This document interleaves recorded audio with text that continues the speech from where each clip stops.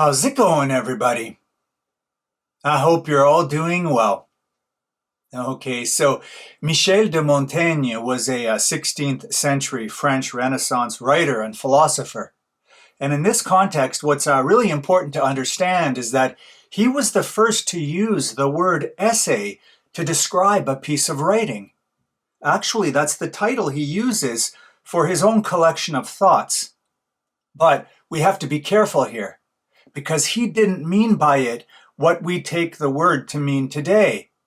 Essay, in his sense, is derived from the French verb essayer, which means to try or to attempt something.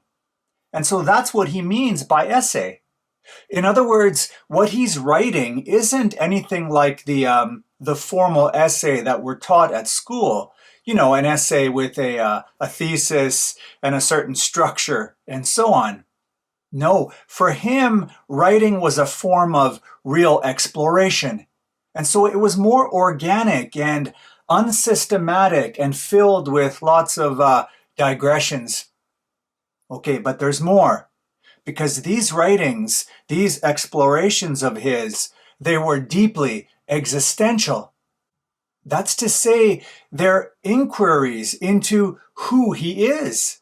They're explorations of selfhood. So what he did is he pioneered a form of writing that was not only literary, but also existential. It was about the fashioning of a self on a page. As he himself says, "I am myself the matter of my book." Okay, now let's explore this idea of self-fashioning in a bit more detail. So when he talks about self-fashioning, he means something like the act of crafting and expressing the self through reflection and through writing. He explores himself on and through the page. He finds and he shapes himself through writing about his thoughts and his experiences.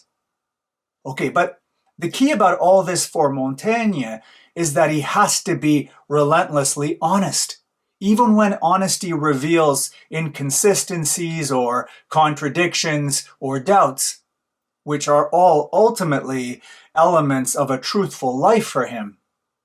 So basically, he has to be authentic.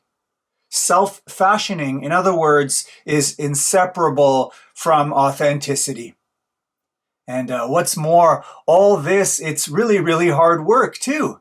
It's a gradual process. It's a lifelong one, in fact. And part of the reason for this is that identity for him is not completely static. No, it evolves over time. Now, one thing should be clear from all of this, and that is that for Montaigne, the self is definitely no mask that's worn for other people. As he himself says, he says, "We defraud ourselves when we make our appearances conform to public opinion." In other words, who we really are, what is true to ourselves, has nothing to do with what we are in the public mind. Again, to explore one's self means going inward, not outward to society's mirror. And it means doing the real hard work of self-reflection through the process of writing. Actually, in all of this, I'm reminded here a bit of the German philosopher Nietzsche, who comes centuries later and who tellingly actually read and greatly admired Montaigne. So Nietzsche talked about something he called giving style to one's character. Now, Nietzsche's emphasis here is maybe more on artistic creation, but still there are aspects of his view that come pretty close to Montaigne's. And one aspect in particular stands out. So Nietzsche says that to give style to oneself or to fashion oneself is to take all of the disparate, often negative elements of one's character, you know, all of one's fears and desires and resentments and failures and so on, and incorporate them into a unified aesthetic whole. So for Nietzsche, what was important for self was integration. You had to do the hard work and the honest work of both acknowledging your weaknesses and your contradictions and then integrating them alongside the rest of your qualities and then make that whole package something beautiful. So here, becoming a self or self-actualization requires both honesty and a kind of real strength or mastery. This is why Nietzsche admired people like the German poet Goethe and the ancient Greek tragedians. It's because he saw them as people who had fully integrated themselves. In other words, they didn't deny or repress their darker qualities, but instead they incorporated them into an harmonious whole. Anyway, what's clear is that both in Montaigne and in Nietzsche, self-fashioning is something that requires tremendous effort. It calls for self-reflection and struggle and involvement with one's inner life. The project here of cultivation of self is definitely not something passive, and it's definitely not something borrowed. Okay, now here's the thing. Think about how much this sort of self-fashioning is completely at odds with the ubiquitous self-fashioning that we see today, especially in the context of social media.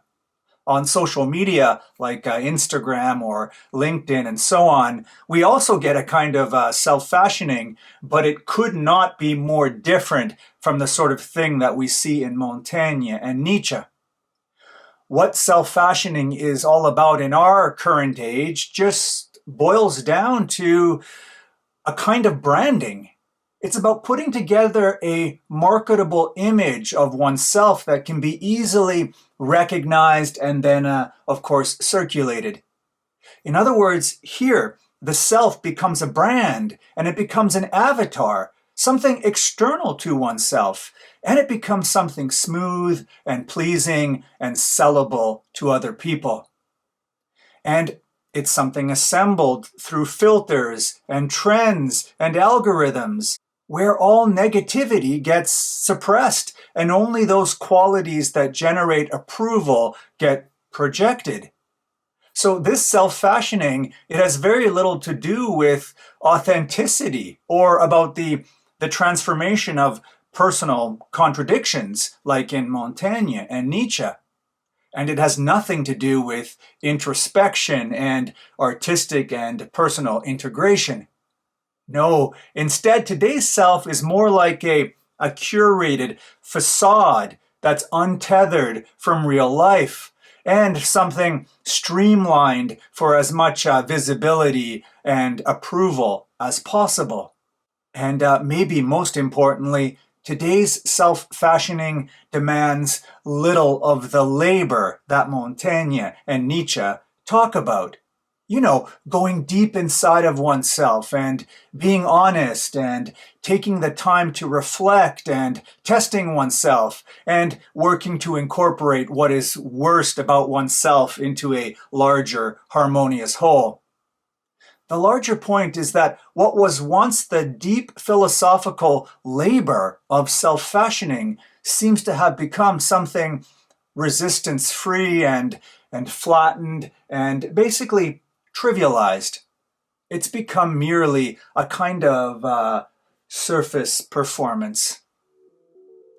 Now, I'm not suggesting that the project of selfhood or self-fashioning has to take the exact form that Montaigne and Nietzsche argue for. No, there are, of course, innumerable ways to approach this.